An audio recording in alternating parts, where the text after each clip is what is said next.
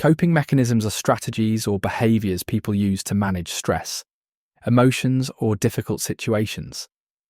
These mechanisms can help individuals handle challenges in a way that reduces emotional distress or allows them to maintain their overall well-being. Coping mechanisms can be conscious, where a person actively decides how to respond, or unconscious, where behaviors happen automatically as a reaction to stress. They may involve addressing the problem directly, distracting oneself, or finding ways to adapt to the situation. The effectiveness of a coping mechanism often depends on the situation and the individual's needs at that moment. Now let's look at some examples of coping mechanisms, grouped into their main types. Problem-focused coping involves addressing the issue causing stress.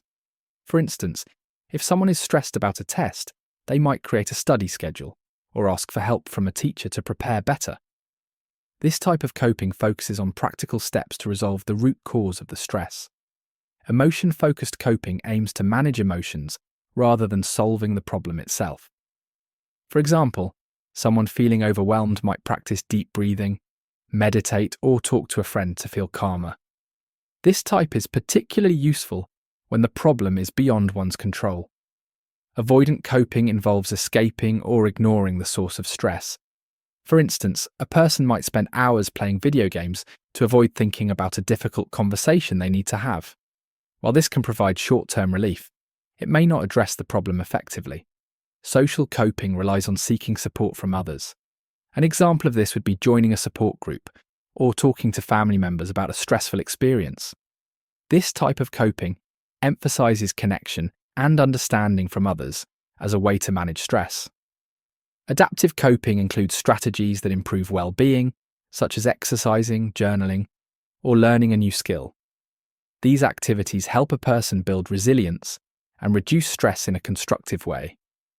Maladaptive coping involves harmful or unproductive behaviors, such as procrastination, denial, or overeating. For instance, someone might avoid paying bills to escape financial stress, which could lead to greater problems later. Now let's look at some strengths of coping mechanisms. Coping mechanisms provide emotional relief, allowing people to manage their feelings during stressful times. Emotion-focused strategies like mindfulness or relaxation techniques can calm the mind, reducing the intensity of emotions and helping people think more clearly. They can also improve problem-solving. Problem-focused coping enables individuals to take actionable steps to resolve challenges, building a sense of control and confidence. By addressing the root of the problem, stress is often reduced more effectively. Coping mechanisms encourage personal growth. Adaptive strategies like seeking social support or learning new skills can lead to stronger relationships and increased self-awareness. This growth can make individuals better prepared for future challenges. However, coping mechanisms are not without their weaknesses. Some strategies may only provide short-term relief. Avoidant coping, for example, might temporarily distract a person from stress, but often leaves the underlying issue unresolved, leading to prolonged difficulties. Coping mechanisms can also be harmful if misused. Maladaptive strategies like procrastination or denial might create additional stress or worsen existing problems. These approaches can make it harder to regain control of a situation. Another weakness is that some mechanisms may not suit every situation. For instance, focusing on emotions when a practical solution is needed might delay problem resolution. Similarly, tackling a problem directly without addressing emotional needs can leave a person feeling overwhelmed.